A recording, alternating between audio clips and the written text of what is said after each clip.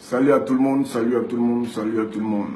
C'est Ariel Chéni, colonel Lobofouet. Je veux m'adresser à DJ Arafat, mon grand frère, mon mentor, celui qui m'a porté main forte dans cette carrière musicale que j'ai entamée. J'ai été moi aussi surpris de voir la vidéo d'hier, parce que quand je dis surpris, c'est vraiment du fond du cœur. Parce que je n'ai rien contre toi. Non. Je n'ai jamais rien eu contre toi. Et tu le sais très bien. Tu as été le premier à faire une vidéo sur les réseaux sociaux pour déclarer que tu ne travaillerais plus jamais avec moi. Et ce, sur la tombe de ton défunt père. J'ai eu très mal. J'ai eu très mal. Parce que nous étions encore en pleine discussion. Quand je me rappelle, tu m'as envoyé cette phrase-là. Et je cite, « Bon vent, Ariel. Tu n'utiliseras plus le nom Yorogang dans tes productions. Dorénavant, tu ne fais plus partie de ma famille. » Juste parce que j'avais refusé de signer le contrat de 5 ans que tu m'avais envoyé, compte tenu des clauses qui ne m'arrangeaient pas.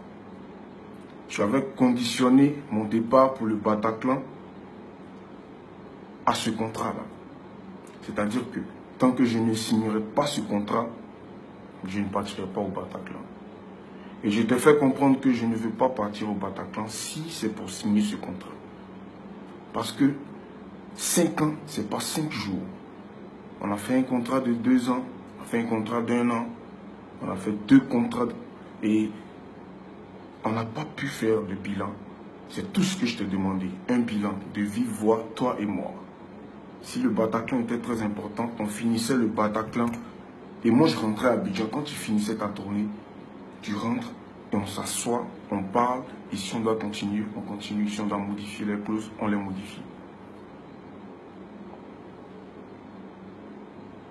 Et c'est là que tu m'as dit bon vent. Et j'ai eu très mal.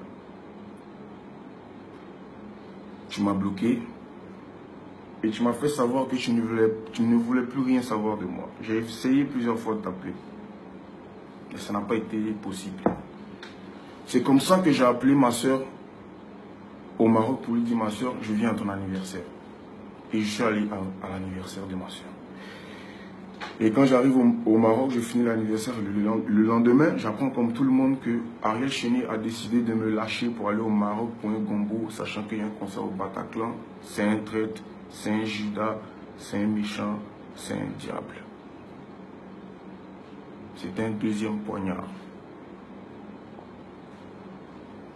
Malgré tout, j'ai rien dit. Pas parce que j'avais rien à dire, pas parce que je me reprochais trop de choses. Parce que tu es mon grand frère et je te respecte depuis que je suis entré dans ta maison. Et jamais ce respect-là, je vais le ôter en fait. Ça, il faut le savoir. Mais de là à venir dire que tu me pardonnes, sincèrement, je ne vois pas ce que je t'ai fait. Personnellement, je ne vois pas ce que je t'ai fait de mal. Parce qu'après tout ça, je n'ai jamais parlé mal de toi. Il y a eu des moments où j'étais obligé de bien me défendre parce que c'est toi qui m'as formé. Un garçon, ça se laisse pas faire, ça se défend. Bah oui. Et malgré tout ce que j'ai pu entamer comme défense, j'ai jamais manqué de respect à la Yorogang.